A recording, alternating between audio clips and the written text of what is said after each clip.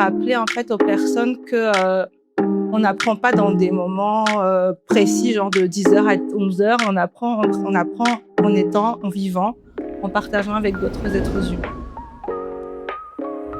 Hi Deep Talkers, I'm your host Karina. Bienvenue dans le premier épisode de Deep Talk. Deep Talk, c'est un podcast qui parle de beaucoup de choses, beaucoup d'univers, et c'est surtout un endroit pour chacun de nous pour s'exprimer. Pour les passionnés du partage, c'est votre endroit idéal. Comme aujourd'hui, je suis avec une merveilleuse personne, une personne qui m'a beaucoup inspirée dans ma vie, une personne qui m'a appris à croquer la vie à pleines dents, à n'importe quel âge surtout. Pourrais-tu te présenter en quelques mots? Bonjour Karina, merci beaucoup pour ton invitation. Bonjour à tous. Je suis Myarsour Adiloufé, enchantée. Je suis ravie d'être là, Karina, de partager avec vous ce moment qui va être forcément joyeux. Donc, je porte plusieurs casquettes. Et aujourd'hui, je viens avec ma casquette d'organisatrice de festival et de gardienne du lieu d'Alakitane. Le lieu Alakitane, tu pourrais nous dire c'est où et est-ce que tout le monde est le bienvenu chez Alakitane? Bien sûr, tout le monde est le bienvenu. Alakitane est un espace à 10 minutes d'Alarbi, 10 minutes d'Ivat. C'est en périphérie, mais c'est vraiment pas loin en fait, contrairement à ce que son nom le laisse suggérer. C'est un lieu que je veux dédier à la transmission des savoirs, des connaissances et aussi de la joie et un lieu où je souhaite que les relations humaines se reconnectent profondément. Wow. Et pourquoi Alakitane? Pourquoi tu as commencé Alakitane? Voilà, en fait, Alakitane, c'est un lieu qui appartient à ma famille depuis 1996. Et en 2022, j'ai décidé de mettre une partie de mes économies pour valoriser le patrimoine familial. Et comme je viens du monde de l'éducation, j'avais vraiment envie que l'éducation se fasse dans un espace ouvert et rappeler en fait aux personnes que on n'apprend pas dans des moments précis, genre de 10h à 11h. On apprend en étant, en vivant, en partageant avec d'autres êtres humains. Et c'est vraiment ce que j'ai envie de créer comme expérience à Alakitane, apprendre en faisant, apprendre en s'amusant, apprendre en partageant. Waouh, c'est magnifique, j'aimerais bien apprendre chez vous. Et justement, sur le sujet éducation, j'aimerais bien savoir ton opinion sur l'éducation en ce moment, surtout dans notre pays. Ah, c'est un très très grand sujet, Karina. On va commencer par, j'ai envie de dire que l'éducation a besoin de changer aujourd'hui parce que on a été éduqué vraiment dans un mode pour être évalué. Oui. Alors que l'apprentissage, ça doit être quelque chose qui nous allume, quelque chose qui nous anime. Et je vais reprendre une citation de Maria Montessori. En fait, elle dit que les enfants ne sont pas des vases à remplir, mais des feux à allumer. Et je considère qu'aujourd'hui, l'éducation, c'est vraiment quelque chose qui doit être un élan, qu'on se rappelle qu'on apprend tout le temps, toute notre vie. Et c'est vraiment le message que j'ai envie de partager au monde aujourd'hui, à Madagascar en particulier, c'est que l'éducation, elle doit venir de l'intérieur et que les espaces autour de nous doivent nous permettre de nourrir cette envie.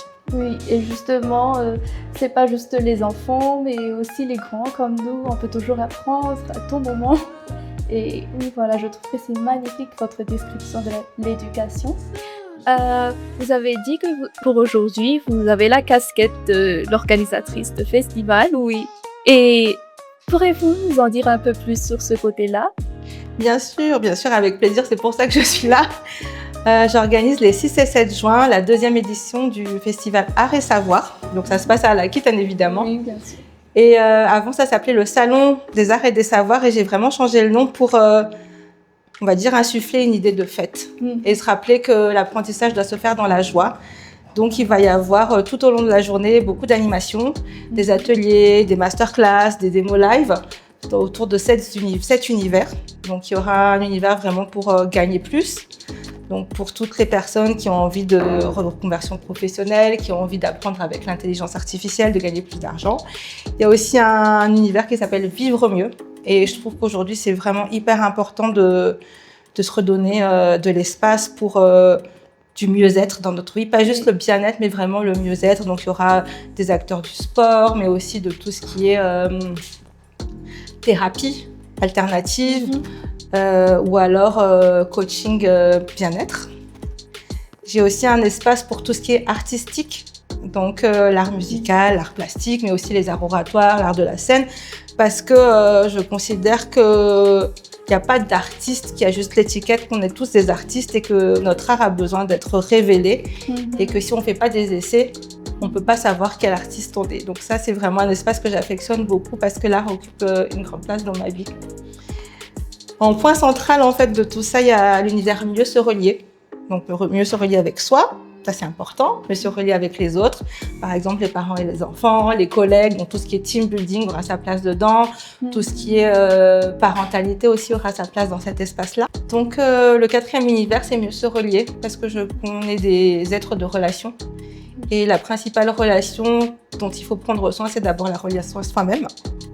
Et ensuite, les relations avec les autres, les parents, les enfants, les collègues entre eux. Donc, on va retrouver dans cet univers tous les acteurs du team building, mais aussi les coachs familiaux, les coachs de couple. Et en fait, il y aura ensuite toute la partie vraiment pour l'éducation. Donc, on va avoir d'abord la partie orientation, parce que je trouve que dans le système éducatif classique, on ne te permet pas de te reconnecter avec ce que tu as vraiment envie de faire. Les Japonais parlent de l'ikigai. L'ikigai, en fait, c'est vraiment la conjonction de 4 cercles, ce que tu aimes faire, ce que tu sais faire, ce pourquoi tu es payé pour et ce dont le monde a besoin. Et quand tu arrives à la conjonction de ces 4 cercles, tu es dans ton ikigai et c'est quelque part ta zone de génie et ta zone d'abondance en même temps. Donc, on va trouver dans cet univers les acteurs de mieux se connaître, de l'orientation, etc. En avant-dernier univers, il y a la partie vraiment académique, les écoles, les apprentissages des langues, les STEM, etc. Et pour terminer, un univers que je trouve hyper important, c'est tout ce qui est durable. Parce qu'on est aujourd'hui dans une période où le monde a besoin qu'on prenne soin de lui et que nous, humains, on prenne aussi soin de ce qu'on fait, de notre empreinte. Donc, on va avoir tout ce qui est agriculture responsable et durable, tout ce qui est autonomie, un peu survie en fait. Si jamais plus rien n'existe, est-ce que tu serais capable d'allumer un feu, de filtrer de l'eau, des choses comme ça. Donc, j'ai pas encore d'acteurs sur ce secteur-là, mais j'espère qu'on en trouvera parce que c'est des compétences qui sont indispensables aujourd'hui, en particulier quand on veut valoriser des lieux enclavés, des choses comme ça. Donc voilà, il y a 7 univers où on a voulu vraiment balayer un maximum de centres d'intérêt et répondre aux envies d'apprentissage du grand public aujourd'hui. Waouh! Justement, j'allais demander, est-ce que le festival est pour tout le monde? Je veux dire, est-ce que c'est pour les petits? Est-ce que c'est pour les grands? Ou est-ce que c'est pour les ados spécifiquement?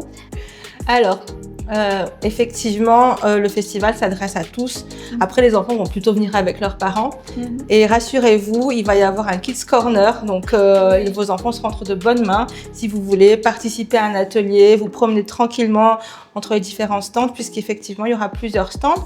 Il y aura des stands, en fait, de vente de produits artisanaux, mais il y aura aussi un espace boost où tous les univers seront regroupés avec des tables pour pouvoir rencontrer les intervenants, un peu en mode speed dating, en disant « Ah, ben moi, je vais apprendre à faire du crochet. » Et du coup, vous pouvez rencontrer quelqu'un qui va proposer cette compétence et discuter ensemble et voir ce que vous pouvez faire. Et les exposants pourront aussi co-créer des ateliers ou des retraites ensemble parce que j'ai vraiment envie que ce festival soit sous le signe de la rencontre et de la co-création. Wow. Et pour ce bouffe-là, parce que là, je m'adresse plutôt aux exposants, vu que tu as dit que s'il y a quelqu'un qui apprend, les crochets, il peut présenter sur ce bouffe-là, ou quels sont les critères pour les exposants, pour qu'ils puissent participer sur ce bouffe? Alors, en fait, c'est très très simple. Les critères sont il n'y en a pas beaucoup en fait, l'essentiel c'est vraiment de s'inscrire. La participation est de 35 000 arrières sur les 2 jours, donc c'est vraiment un investissement symbolique puisqu'avec cette participation vous avez déjà 7 entrées, ce qui correspond au ticket en fait pour les 7 entrées. Ensuite vous intégrez un des univers, vous déposez vos flyers et il y aura un petit tableau où vous disiez voilà ce que je propose Et puis un autre tableau, les gens disent voilà ce que je cherche et nous on va vraiment travailler pour la mise en relation des gens. On va inciter les exposants à se présenter, à faire un mini pitch de 2 minutes pour attirer du monde au micro et vous aurez aussi la possibilité de faire des ateliers payants ou gratuits pour montrer ce que vous êtes capable de faire, ce que vous avez envie d'offrir et puis donner aux visiteurs un avant-goût de vos services. Et pourrais-tu nous rappeler les détails de l'événement? Ce sera quand et où et comment? D'accord. Alors, pour la question quand, c'est le 6 et 7 juin. Donc, c'est un week-end. C'est le premier week-end de juin. On a choisi ces dates parce que le mois de juin, c'est le mois de l'enfance. Parce que, mine de rien, même si le festival s'adresse à tous, c'est quand même pour les enfants qu'on va mettre le paquet dans le sens où c'est eux qui sont les acteurs de demain. Donc, ça va se passer à la Kitten. Donc, à la Kitten, comme j'ai dit au tout début, on est à 10 minutes d'Ivat, 10 minutes d'Alarbi, près de l'entrée de l'autoroute, en fait. Et ça se passe de 9h à 17h. Il y aura des services pratiques, il y aura un food court. Comme ça, vous pouvez vous restaurer sur place si vous avez vraiment envie de passer la journée. Il y aura donc le Kids Corner. Et il y aura aussi une bibliothèque qui sera ouverte pour ceux qui ont envie juste de chiller. On a 400 livres sur place, donc ce sera un bon moment à passer. Et on mettra aussi un coin solidaire puisque je souhaite faire des collectes en prévision du 26 juin pour distribuer couverture, PPN aux personnes défavorisées qui vivent dans la rue en fait. Ah, en fait, Mia, tu nous as pas dit le prix d'entrée. Ah, c'est vrai. Alors, le prix d'entrée, c'est 7 000 arrières. On a choisi le chiffre 7 parce que c'est un chiffre qui porte bonheur et qui a une forte symbolique dans la culture malgache. Donc, c'est 7 000 entrées pour les adultes et c'est gratuit pour les enfants et adolescents de moins de 18 ans parce que j'ai vraiment envie que vous veniez en famille et que ce soit pas, c'est pas parce que vous avez 4 enfants que vous vous dites tiens, je vais pas venir. Donc, si vous voulez explorer votre self, vous voulez explorer le monde dans un univers qui donne envie d'être plus, venez au festival le 6 et le 7 juin. Et merci beaucoup Mia pour aujourd'hui. Je trouve que c'était vraiment très enrichissant, surtout sur le fait de vouloir découvrir moi-même pour le moment. Et oui, merci beaucoup. Merci Karina, merci à vous tous. Merci.